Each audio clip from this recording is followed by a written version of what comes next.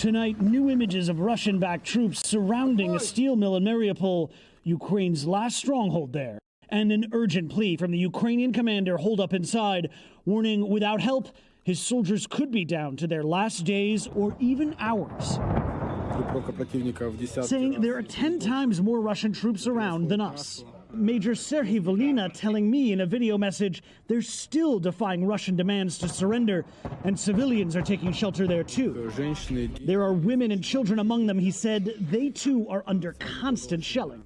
U.S. officials tell NBC News the Biden administration is considering a new military aid package for Ukraine, including artillery and ammunition. Though Ukraine's President Zelensky is saying help is still not coming fast enough. If we had access to all the weapons we need, we would have already ended this war, he said. All as Russia reveals its first test launch of a new intercontinental ballistic missile. President Putin saying it gives, quote, food for thought to Russia's enemies. Though the Pentagon says Russia notified them in advance and that the test was routine and not a threat to the U.S. or its allies.